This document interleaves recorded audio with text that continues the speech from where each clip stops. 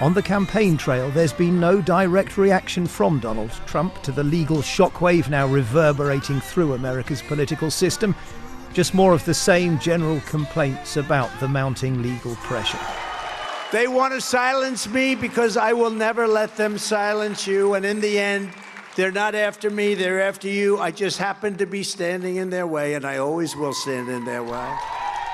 The Colorado Supreme Court spoke of the magnitude and weight of the decision and the need to decide without fear or favour, before going on to rule by a majority that President Trump is disqualified from holding the office of president. The landmark case was brought by 6 voters in Colorado, some of them Republicans, and although it removes Mr. Trump from the primary ballot only in that state, the political ramifications are far wider. Actually, I was surprised and delighted. I was very happy with the ruling. I sat and watched January 6th all day long, and I cried. I still cry thinking about it.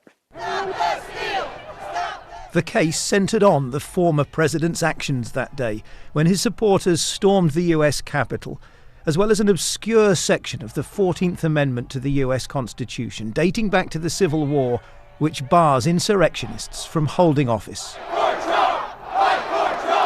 With similar cases, some already rejected, others ongoing in other parts of the US, all of this is almost certain to end up here at the US Supreme Court, putting the 9 judges, 3 of them Trump appointees, at the heart of this country's partisan politics.